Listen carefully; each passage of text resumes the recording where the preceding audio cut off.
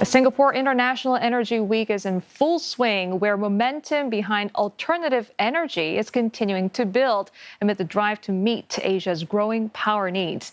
And as countries recognize the need to transition away from fossil fuels and reach net zero carbon emissions by 2050, CNA's Roland Lim brings us up to speed with the latest in the nuclear energy space. He's joining me live at the SANS Expo and Convention Center. Roland, good morning. Take it away. Thanks, Julie. As nuclear very much on the table, from small nuclear designs to keeping older plants running longer, Asia remains the engine for global nuclear growth, and the IEA predicts that its global share by 2030 will be 30%. Well, to talk more about this explosive growth, I'm joined by Sama Bilbao y Leon, Director General of the World Nuclear Association. Sama, good to have you on the show as always. I want to talk very much about your World Nuclear Association's performance report. It says that the world in 2024 is making more nuclear energy than ever before. Exactly. Is that growth continuing? That's what we hope, right? So 2024, we have the highest generation ever and also the highest capacity factors ever. So this tells you that the existing nuclear fleet is performing really well. Of course, now the key is to maintain and to increase that performance. So as you said, we are trying to make the most of the existing fleet, but we are also continuing to build new nuclear power plants. Okay. So large tech companies like Meta, now they are making long-term nuclear power deals because data centers need more energy. Right. Are these long-term contracts the best way to raise money to keep old nuclear reactors running as well as build new ones? Well, I think that many of these technology companies, Google, Microsoft, Meta, Amazon, they have these different approaches, right? Some of them are restarting existing nuclear power plants and using this massive amount of energy with, as you said, long-term contracts. But then we have other companies that are investing in new reactors. So we have investment in Kairos, investment in Next Energy. So this is generation 4 reactors. So this is a dual approach, right? The existing technology for the short term and the small modular reactors for the immediate upcoming middle term. Okay. Talk to us about nuclear energy bottlenecks, challenges, as it relates to Asia today. Okay. Well, in Asia, as you know, we have China, we have India. So with these countries there is really not a lot of bottlenecks there. But we have parts of Asia like ASEAN countries that are, for the most part, newcomer countries. So we really need to make sure that the infrastructure is developed in these countries. We are talking legal, regulatory, workforce infrastructure. And then, of course, we need to make sure that we have the financing, that we develop the supply chains and the workforce to actually launch these nuclear programs. Southeast Asia countries are sharing electricity across the borders. They are building much needed power lines, power grids. Yeah. It's going to cost something like $100 billion by 2045. How does reliable nuclear energy play its role in this? I think it's going to be essential because they are going to be able to share this capacity across Southeast Asia. So I think that, we have seen this in Europe and we are seeing in North America how connectivity is definitely helping to support each other. And this regional approach is going to be very fruitful, I think, for ASEAN countries. Okay. Japan, of course, has many nuclear reactor plants. But their electricity grids are actually struggling to keep up. Yes, right? yes. So what can other countries learn from the Japan experience?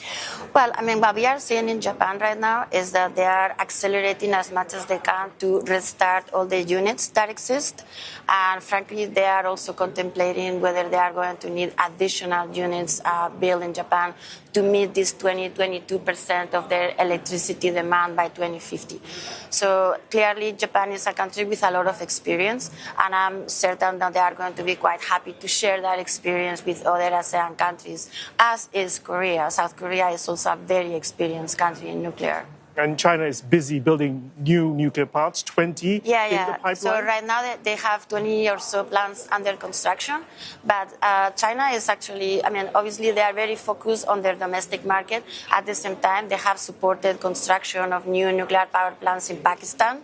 So I'm sure that they would also be quite happy to share their experience and their learnings with ASEAN countries. Because I was just about to ask, does this affect Asia in any way at all for things like, for example, spare parts, building skills, construction, know-how? The good news about nuclear is this is a very global industry.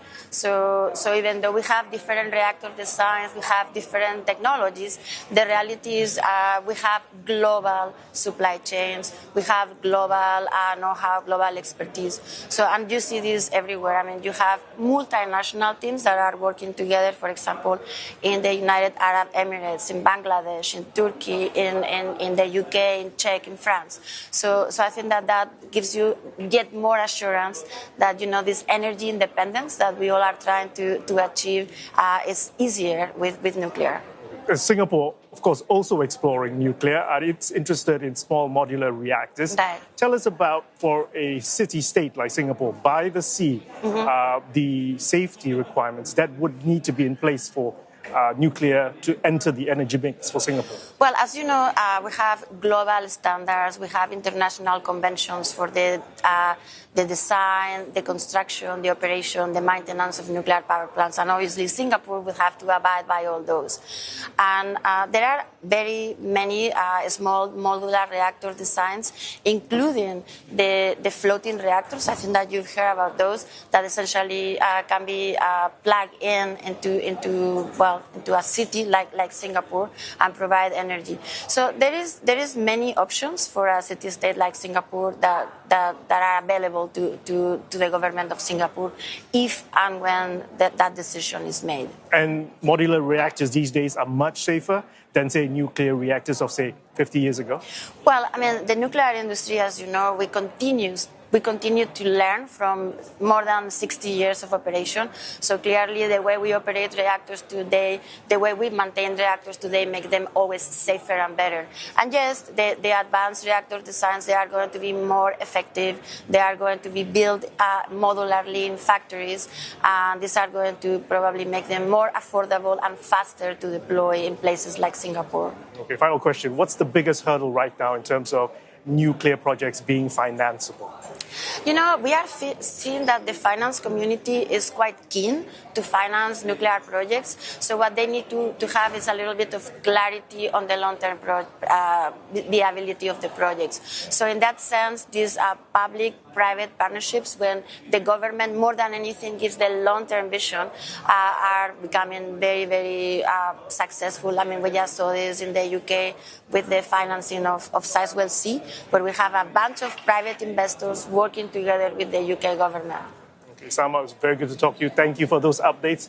That was Sama Bilbao y Leon, Director General of the World Nuclear Association. And later on, here at Singapore International Energy Week, I'll be speaking with Francesco La Camera, Director General of the International Renewable Energy Agency, on whether we're on track to meet the UN's climate targets as the annual climate conference nears. Julie. All right, looking forward to that conversation, Roland. Thank you very much for that. CNA's Roland Lim from Singapore International Energy Week at the SENS Expo and Convention Center.